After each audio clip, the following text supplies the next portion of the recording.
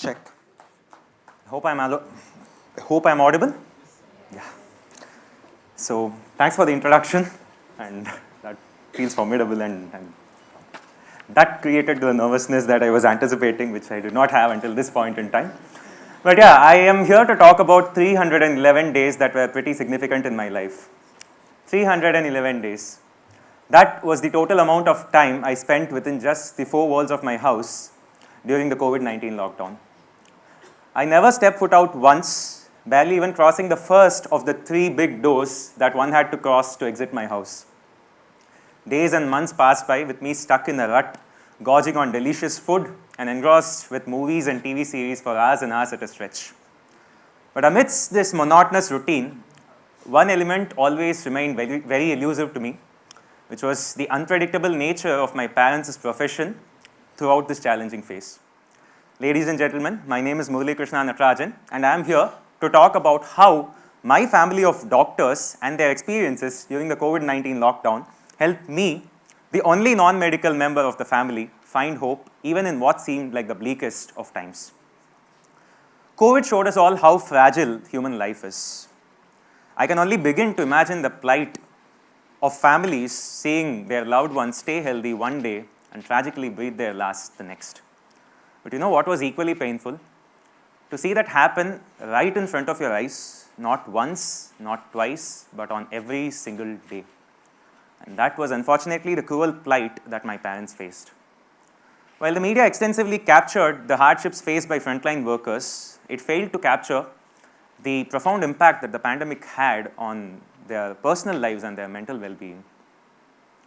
Donning protective suits, taking extreme precautions, maintaining safe social distancing were all just the tip of the iceberg. What lay beneath was the relentless emotional turmoil that these people had to undergo. They grappled with the fear of infecting their own family members, the burden of losing long-time patients, and the gut-wrenching experience of witnessing children being orphaned.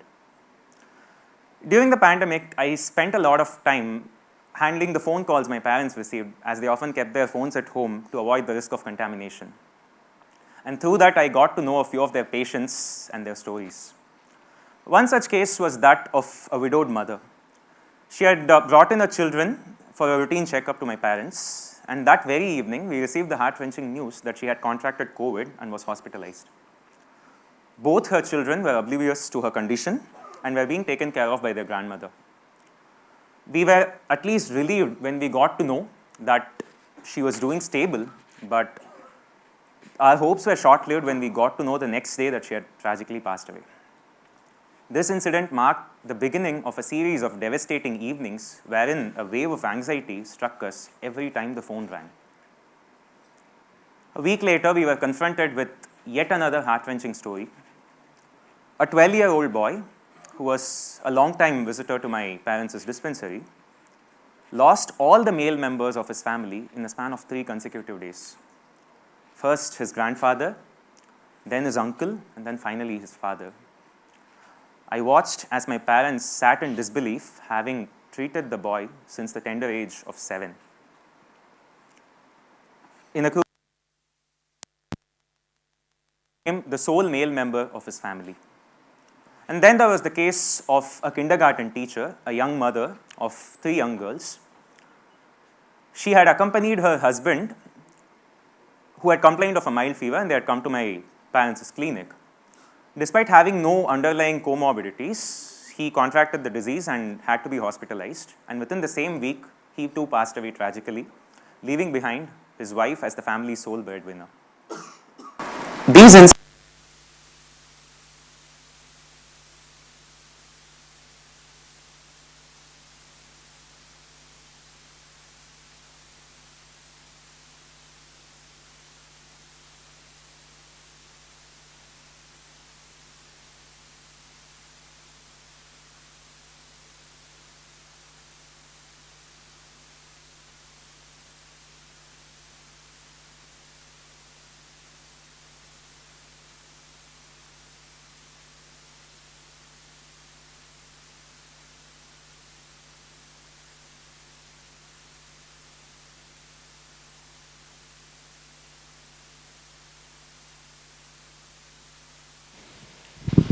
One is currently pursuing his BTech in IIT Bombay, and the other is a practicing chartered accountant.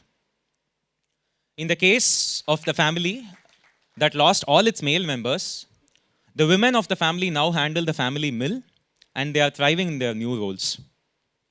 And the kindergarten teacher, she fought valiantly as a single mother to provide a bright future for both her daughters, and they both now study in reputable institutions in the city. While many of us here might have witnessed similar stories of inspiration and courage during the lockdown, it is essential to understand the unique context in which these tales transpired in my life. As I mentioned before, the pandemic had a significant impact on my family's mental well-being. Our home was always engulfed in a cloud of gloom, and conflict started arising between my family members. My father battled occasional bouts of depression, often sitting alone in silence, while my mother, she was constantly preoccupied with concerns not only for her immediate family, that's us, but also for the one she was born into.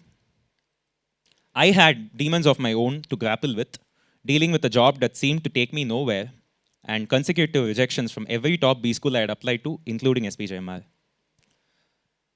I remember being at my lowest on the 14th of May 2021, when I received my last rejection of that season.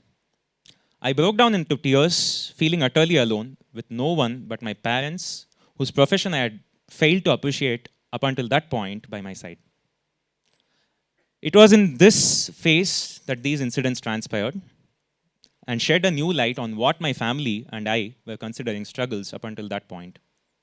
All these events happened in the weeks following my worst day, and they made me realize that what I was undergoing was only a mere fraction of what those around me were enduring. I had merely lost a college admit, something that I could very well get the next year, and of course ended up doing too. I at least had a job, and most of all, my family was left untouched. But the people around me, their lives had a permanent void following the loss of a parent or a spouse or a friend. They grieved, they struggled, and they seemed to reach the brink of hopelessness. But what makes them the protagonists of today's talk is how they did not let a simple virus decide their fate and persevered with the undying will to live. They did nothing out of the ordinary in picking themselves back up. What defines them as inspiring individuals is the unflinching courage that they showed in the face of adversity and how they managed to reel themselves out of it. And before long, before we could even imagine, they had brought themselves back up and they were leading normal lives. The 311 days I spent at home, they taught me a lot. I managed to learn a bit of cooking. I handled the household groceries every week.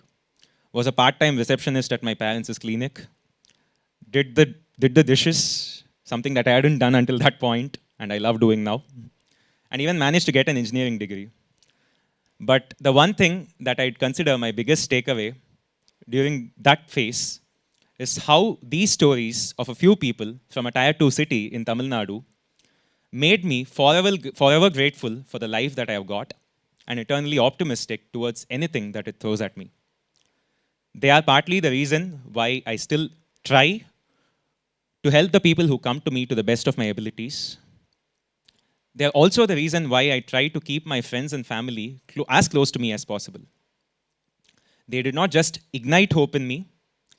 I believe they have set a flame ablaze, and I really hope that it never dies down. Thank you so much.